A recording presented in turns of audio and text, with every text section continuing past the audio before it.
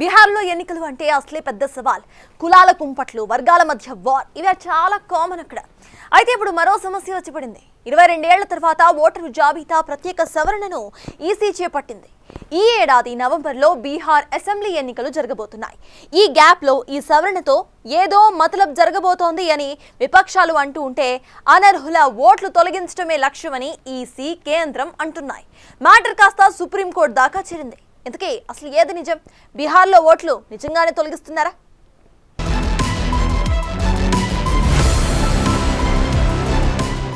Special incentive revision ఈ మాట ఇప్పుడు బీహార్లో రాజకీయ ప్రకంపనలు సృష్టిస్తోంది. ఎన్నికలకు 5 నెలల ముందు ఈ ప్రత్యేక సవరణ, అది కూడా 22 ఏళ్ల తరువాత ఎందుకు చేస్తున్నట్లు? కారణాలు ఏంటి? ఈసీ ఏమంటోంది? విపక్షాలు ఎందుకు బీహార్ బంద్కు పిలుపునిచ్చాయి? ఎవరి ఓట్లు గల్లంతు కాబోతున్నాయి? ఓటర్ లిస్ట్లో పేరుండాలంటే 11 రకాల డాక్యుమెంట్లకే ఎందుకు పరిమితం చేశారు? ఇందులో ఉన్న మతలబేంటి? ఇవన్నీ ఒక్కొక్కటిగా డీకోడ్ చేద్దాం.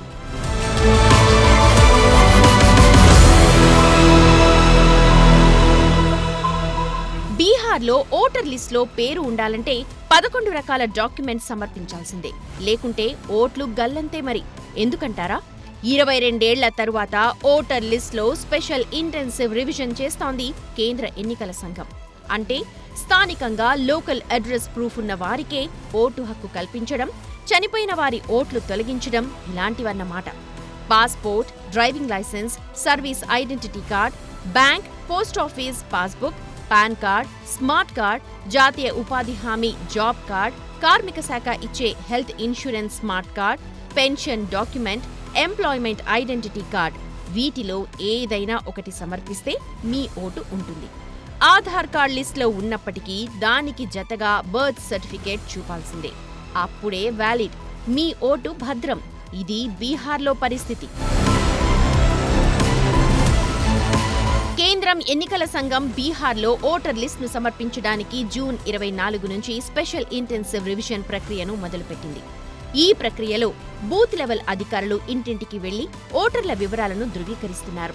కొత్త ఓటర్లను చేర్చడం, అనర్హులను తొలగించడం అంటే చనిపోయినవారు, రాష్ట్రం విడిచి వెళ్లిపోయినవారు, అక్రమ ఓటర్లను తొలగించడం ఈ ప్రక్రియ లక్ష్యం అంటున్నారు. ఈ స్పెషల్ రివిజన్ బీహార్లో 22 ఏళ్ల తరువాత జరుగుతోంది.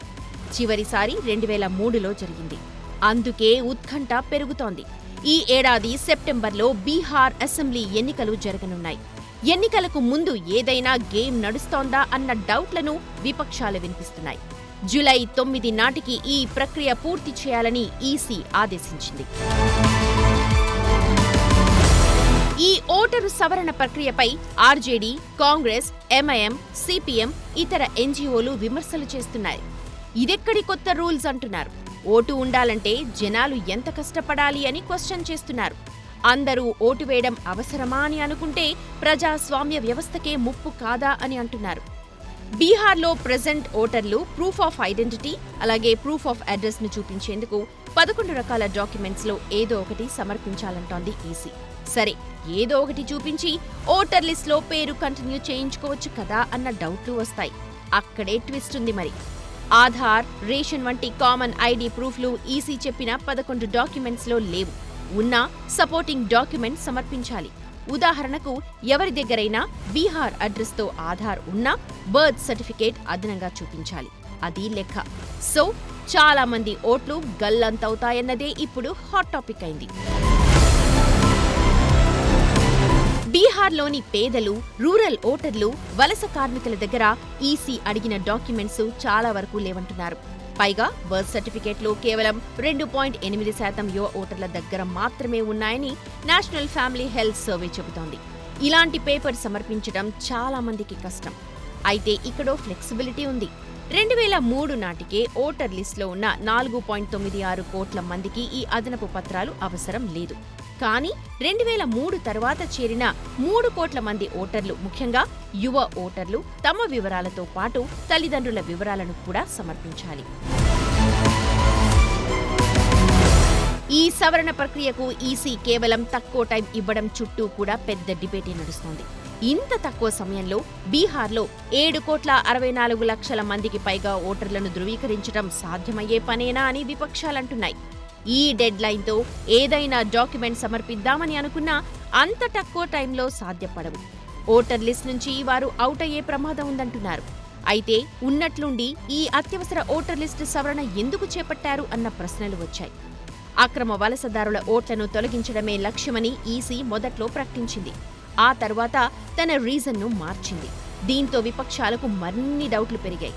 ఈ సవరణతో దళితులు, ముస్లింలు, ఈబీసీల ఓట్లను తొలగించే ప్రయత్నం జరుగుతోందని విపక్ష పార్టీలు ఫైర్ అవుతున్నాయి. ప్రభుత్వ వ్యతిరేకత ఉందనుకున్న వారందరి ఓట్లు తీసేసే చర్యగా దీన్ని చూస్తున్నారు. ఓవరాల్గా చూస్తే పేదలు, దళితులు, మైనారిటీలు, వలస కార్మికుల ఓట్లకే ఇబ్బంది అని, కొత్త డాక్యుమెంట్లను వీళ్లంతా తేవాలనుకున్నా టైం కూడా ఇవ్వడం లేదన్న ప్రశ్నలైతే అలాగే ఉన్నాయి.